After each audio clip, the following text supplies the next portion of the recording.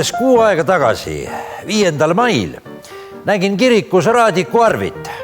Ta muuhulgas mainis, on hädasti neil uut vikatit heinateoks tarvis.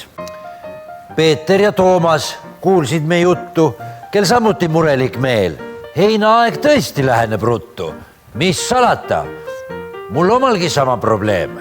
Sa võib-olla mõtled, miks siiani me siis pole vikateid tuua lasknud.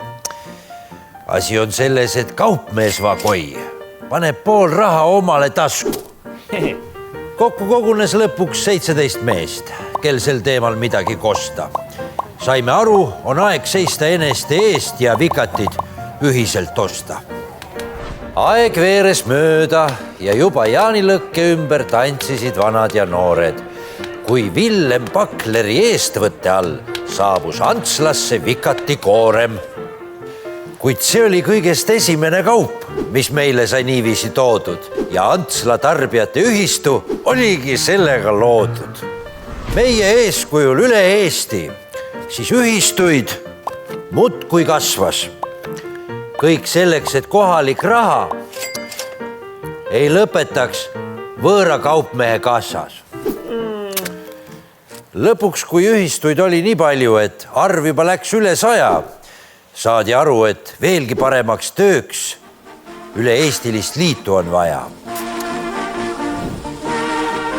ETK muudkui kasvas ja kohalik elu Eestimaal õitsema lõi.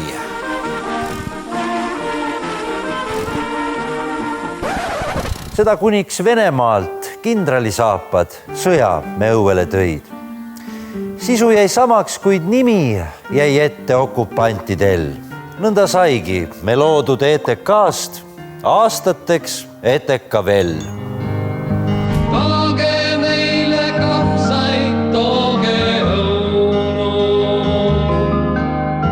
Tooge meile kartulamaad. Nii 50 aastat voolas merre Nõukogude maigulist vett. Ent pärast rivis vabaks end laulmist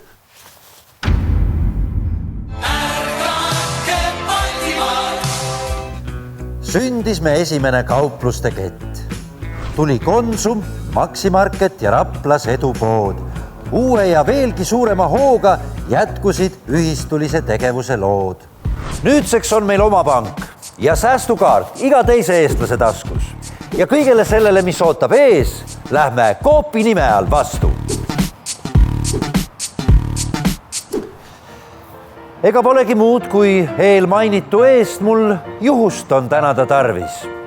Et tookord juhtusin kiriku ees trehvama Raadiku Arvit.